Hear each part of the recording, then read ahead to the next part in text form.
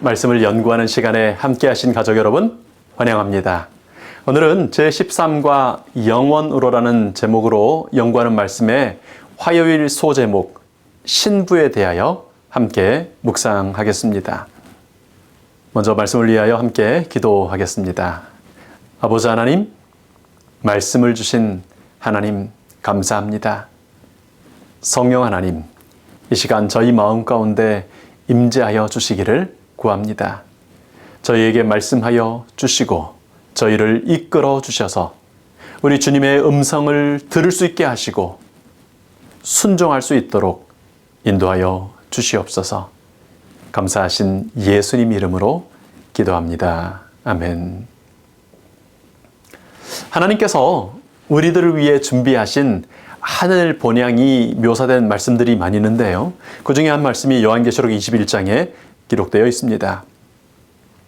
7 대접을 가지고 마지막 7 재앙을 담은 7 천사 중 하나가 나와서 내게 말하여 이르되 이리 오라, 내가 신부 곧 어린 양의 아내를 내게 보이리라 하고, 성령으로 나를 데리고 크고 높은 산으로 올라가 하나님께로부터 하늘에서 내려오는 거룩한 성 예루살렘을 보이니 하나님의 영광이 있어 그 성의 빛이 지극히 귀한 보석 같고 벽옥과 수정같이 맑더라. 예수님께서는 마음에 근심하지 말고 또 하나님을 믿고 또한 나를 믿으라고 초청하셨습니다. 왜냐하면 하늘 아버지의 집에는 거할 것이 많고 예수님께서 우리를 위하여 초소를 예비하러 하늘로 가시기 때문입니다. 물론 예수님께서 지난 2000년간 해오신 일은 물리적인 진짜로 집을 짓는 일이 아니었겠죠. 그러나 하늘집은 오래전부터 구원받을 무리들이 충분히 거할 만한 아주 넉넉한 공간이 준비되어 있습니다. 2000년 전 요한사도는 벌써 준비된 그 하늘집을 계시 가운데 보고 있는 것입니다. 7 재앙을 죄의 땅에 쏟아붓던 천사들의 사역이 마쳐지면 이제 우리 구원받은 사람들은 하나님께서 준비하신 그 하늘 도성에 들어가게 됩니다. 여러분, 얼마나 좋을까요? 얼마나 멋지고 얼마나 신이 날까요? 이제 천사는 그 아름다운 그 도성을, 우리가 살게 될 그 도성을 신부 곧 어린 양의 아내라고 소개합니다. 하나님께로부터 하늘에서 내려오는 거룩한 성 예루살렘, 이 모습은 예수님께서 불심판으로 이 죄의 세상의 모든 흔적을 없애시는 세 번째에 임하게 될 그런 장면입니다.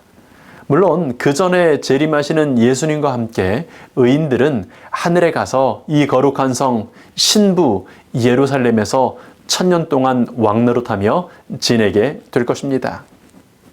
하나님께서는 사람들을 위해 준비하신 하나님의 도성 예루살렘을 신부라고 소개하십니다. 여러분, 신부라면 어떤 느낌이 좀 드십니까? 근데 어린 양의 신부예요. 근데 왜 건물을 신부라고 했을까요?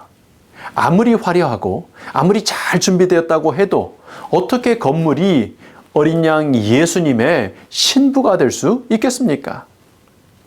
예루살렘이 신부, 곧 어린 양 예수님의 아내라는 말은 무슨 뜻일까요? 요한계시록 19장은 또 다른 신부를 소개하고 있습니다. 19장 7절 말씀입니다. 우리가 즐거워하고 크게 기뻐하며 그에게 영광을 돌리세.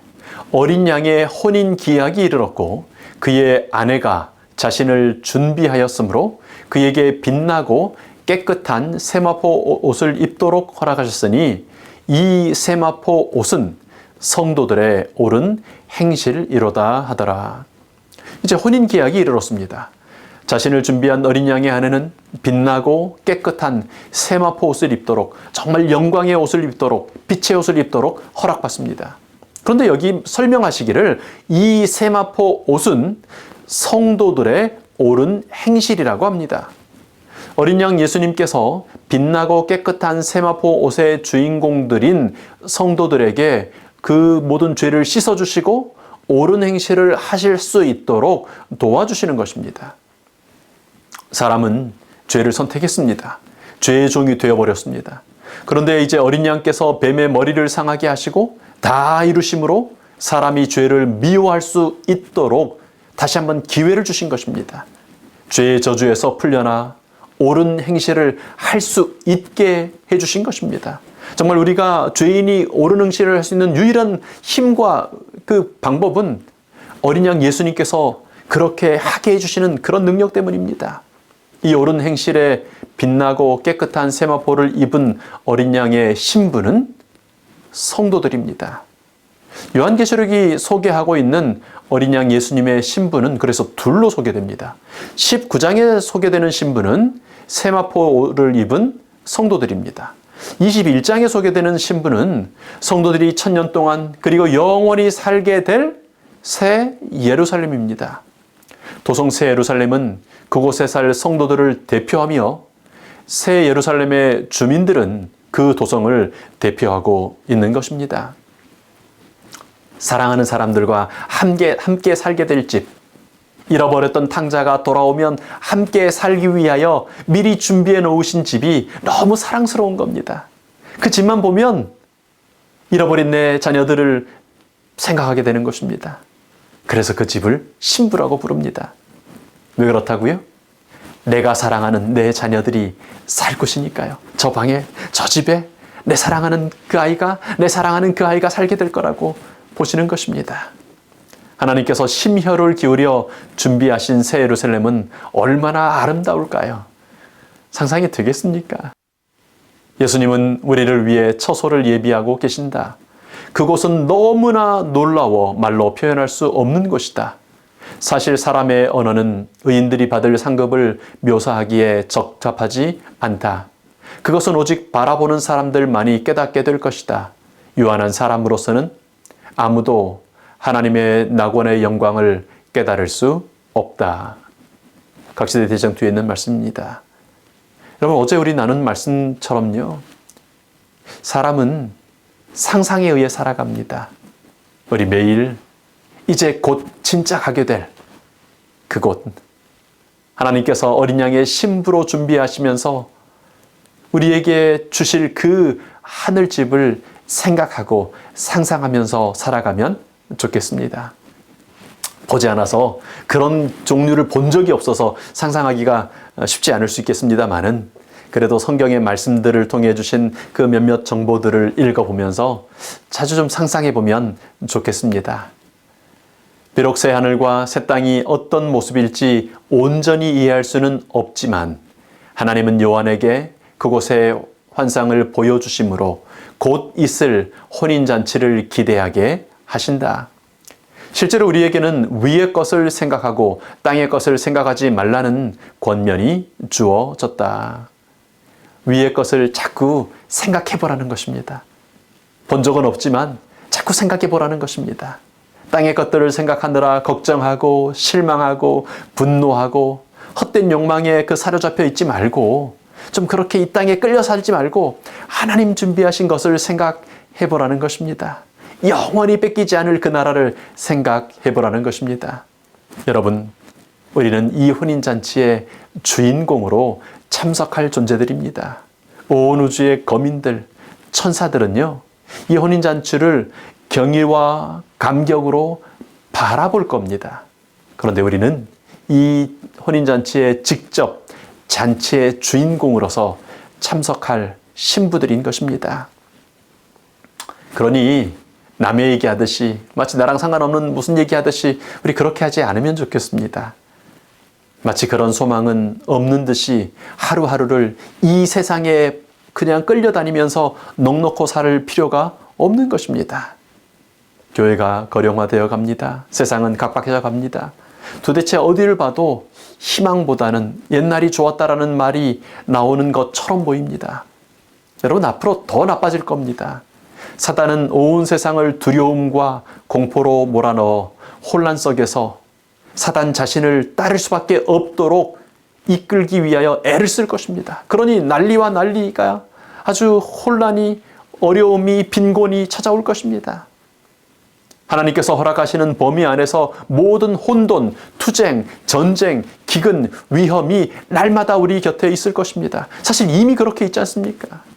그러니 하나님을 바라보지 않은 모든 사람들은 두려움과 공포 속에서 짐승의 표를 받게 될 것입니다. 그러나 우리는 땅의 것을 생각하지 말고 위의 것을 생각하라고 하신 부르심, 그 특권을 가진 사람들입니다. 곧 있게 될 어린 양의 혼인잔치, 우리가 주인공으로 참석할 그날을 생각하고 상상하며 살 특권을 가진 재림 성도들인 것입니다. 하나님께서 직접 이 예식을 준비하고 계십니다. 하나님은 이 예식을 위해 정성을 다해 준비하시며 이 혼인잔치가 우리에게 갑작스러운 일이 되지 않기를 바라신다. 여러분, 예수 그리스도의 계시, 요한을 통하여 우리에게 전해주신 계시록을 생각하면 무엇이 떠오르십니까? 7머리와 10뿔을 가진 그런 복합짐승, 무시무시한 짐승이 떠오르십니까? 흠 많은 7 교회들, 이런 책망과 저런 책망을 받던 그런 교회들이 떠오르십니까? 요한계시록 하면 뭔지 몰라도 아무튼 이해하기 좀 어렵고 표상들이 나오고 무슨 그림들이 나오고 또 무슨 기간이 나오고 아우 좀 어려워. 상징들이 뭘 도대체 말하는지 666은 뭔지 여러분 그런 생각이 드시는가요? 예수 그리스도의 계시에서 예수님을 만나시기 바랍니다. 하나님께서 예비하신 이 아름다운 하늘 도성에 대한 글들을 읽고 또 그것을 생각해보고 상상해보는 복된 성도님들 되시기를 축원합니다. 요한계시록 21장과 22장을 좀 자주 읽으시고 상상해보시고 묵상하시면 좋겠습니다. 재림의 장면들부터 신부로 준비하신 새 예루살렘, 내가 그리고 우리가 함께 하나님과 함께 영원히 살 집을 우리 좀 생각해 보시기 바랍니다. 에녹이 먼저 갔습니다. 모세가 부활하여 갔습니다. 엘리야가 거기 가 살고 있습니다. 십자가의 날 부활한 성도들이 예수님과 함께 가서 지금 거기 살고 있습니다. 사람들 중에 살고 있는 사람들이 있는 것입니다. 그 집의 아름다움, 나도 거기 가게 살게 될 그 영광스러움을 생각해 보시기 바랍니다. 아, 좋다. 참 좋다. 내가 가서 살 집, 우리가 가서 함께 살 집 참 좋다. 자랑스러워 하시고 감사하시기 바랍니다. 네모가 반듯하여 가로와 세로와 높이가 같은 거대한 새 예루살렘. 와, 얼마나 좋을까. 하나님 감사합니다. 하나님 감사합니다. 감사하시면서 상상해 보시기 바랍니다. 천사는 요한에게 이리 오라. 내가 신부 곧 어린 양의 아내를 내게 보이리라고 말하였다. 선지자는 성령으로 나를 데리고 크고 높은 산으로 올라가니 하나님께로부터 하늘에서 내려오는 거룩한 성 예루살렘을 보이니라고 말한다. 그러므로 신부 곧 거룩한 성을 대표하며 신랑을 맞으러 나가는 처녀들, 분명히 교회를 상징한다. 요한계시록에 의하면 하나님의 백성은 혼인잔치에 청함을 받은 손님들로 불리고 있다. 사단은 우리를 유혹하고 협박하고 위협할지라도 우리를 위해 이미 준비해 놓으신 하나님의 새 예루살렘이 있음을 기억하시기 바랍니다. 그럼 바라보시고 자주 상상해 보시기 바랍니다. 이번 주 교과 공부 시간에는요, 다른 어떤 내용들, 다른 말씀들을 나누시는 것보다 나를 위해서 그리고 우리를 위해서 준비하시 놓으신 새 예루살렘, 우리 모두가 영원히 함께 살게 될 그 나라의 삶을 좀 서로 많이 나눠보시고 좀 생각해보시고 또 그것들 한번 또 상상하는 얘기들을 나눠보시는 시간을 가지시면 좋겠습니다. 여러분, 그 도성이요, 아무리 아름답게 준비되었다 할지라도 하나님께서는 우리가 없는 그곳을 빈 건물로 보십니다. 그래서 우리를 데리러 곧 다시 오신다고 약속하시는 것입니다. 우리가 그 성문으로 들어갈 때 하나님께서는 잃어버린 양을 찾은 기쁨의 잔치를 여시게 될 것입니다. 우리가 신부, 새 예루살렘의 한 집을 차지할 때 하나님께서는 잃어버린 은전을 찾은 기쁨의 잔치를 온 천사들과 함께 온 우주의 거민들과 함께 여실 것입니다. 성도 여러분, 우리는 그렇게 대단한 존재들입니다. 우리는 그렇게 갈 집이 있는 사람들, 재림 성도들입니다. 이 소망을 누리고 또 전하며 사시는 재림 성도들 되시기를 축원합니다. 아버지 하나님, 감사합니다. 감사합니다. 주님, 저희에게 무슨 매력이 있다고 저희를 사랑하십니까? 저희가 무엇 한 일이 있다고 그 영광스러운 도성에 저희의 집을 준비해 주셨습니까? 감사합니다. 이제 저희도 주님을 위하여 신부, 새 예루살렘을 준비하신 하나님을 기억하고 이제 이 죄의 세상에서라도 하나님의 자녀로서 당당하게 기쁘게 살기를 원합니다. 성령 하나님, 날마다 우리 하나님과 연결되어 사는 저희 되도록 이끌어 주시옵소서. 이 복된 소망을 전하고 선포하는 저희 되도록 성령 하나님 충만히 임하여 주시옵소서. 고마우신 예수님 이름으로 기도합니다. 아멘.